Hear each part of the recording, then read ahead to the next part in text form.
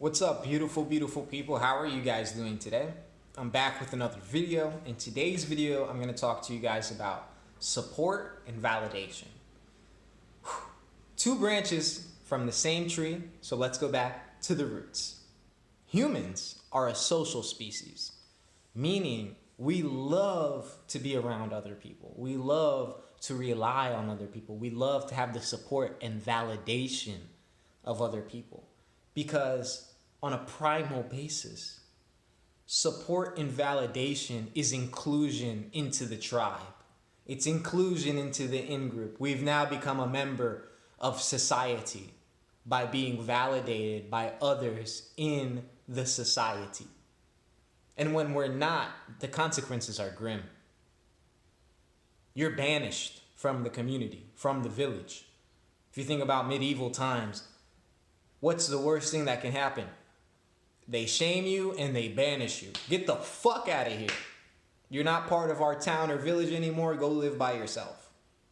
Support and validation are natural aspects of the human experience.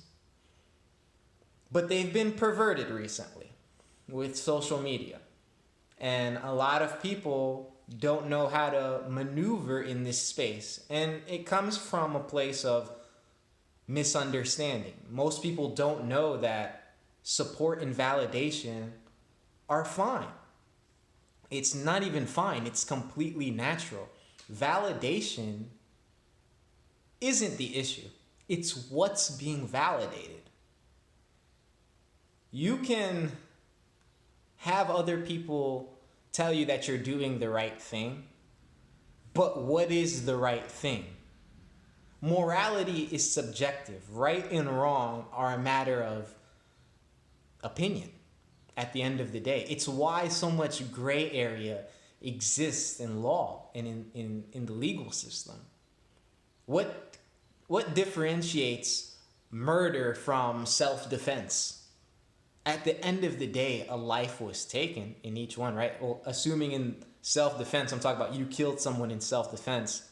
The basis, there's a life that's taken. It doesn't matter what it is, but we refer to them and view one as wrong and one as right strictly based off of the circumstances at hand, which shows you that circumstances is subjectivity. That is the basis of subjectivity.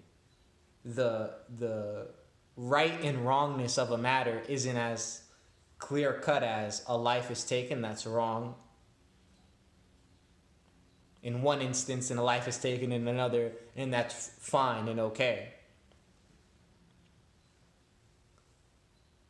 When we seek support from other people, a lot of times we want people to support our vision.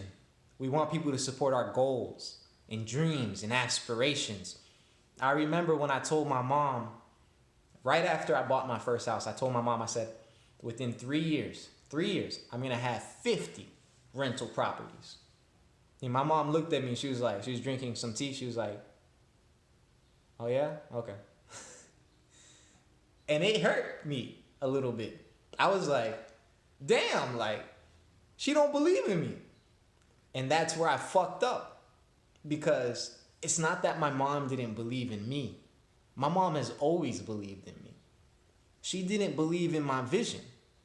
But why should I hold her to that standard when I barely believe in my visions?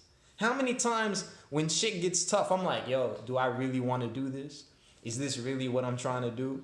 Yo, God, like, we really doing this right now, God? Like, we really doing this right now? And I want my mother, who has no basis for this, who does not have the perspective that I see. The reason it was my vision to buy, have 50 rental units was because God gave me that vision. I was seeing things from my perspective. I was standing on my mountaintop looking out saying, this is what I can do. And somehow I'm going to find the path over there. And I was expecting other people on other fucking mountain chains to see exactly what I was seeing. How ignorant of me. How arrogant of me. How self-centered of me. Because I didn't learn early on to differentiate between the support of me that I saw everywhere around me, with all the love that my friends and family gave me, from the support of my vision, which I myself battled with. Support and validation are natural aspects of being. We want people to support us. We want people to validate us. That's not the issue. You have to ask yourself, what do you want to be validated for? That is the bigger question. Because you can validate me for, hey, oh, he got a 6-pack. Oh, and that maybe that makes you feel good when someone tells you you have a 6-pack. But if you don't value the external results of the work that you put in, then that validation is invalid. That validation is irrelevant. When someone validates, in my instance, for me, you taking me as an example, if someone validates my work ethic, oh,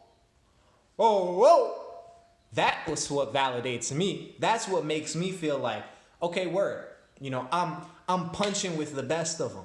I'm up there because I put a lot of value into that. So that's how you validate something.